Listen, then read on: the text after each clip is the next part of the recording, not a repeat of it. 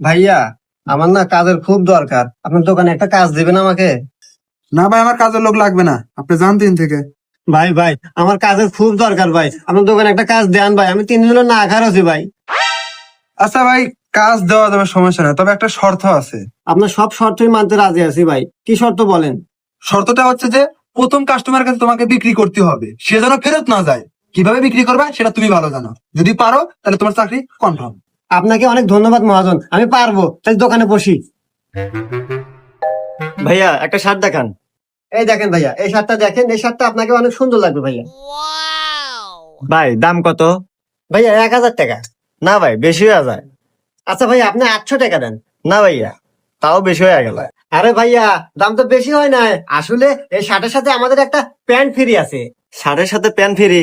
আচ্ছা ভাই, তাহলে প্যাক করে দেন। ভাইয়া,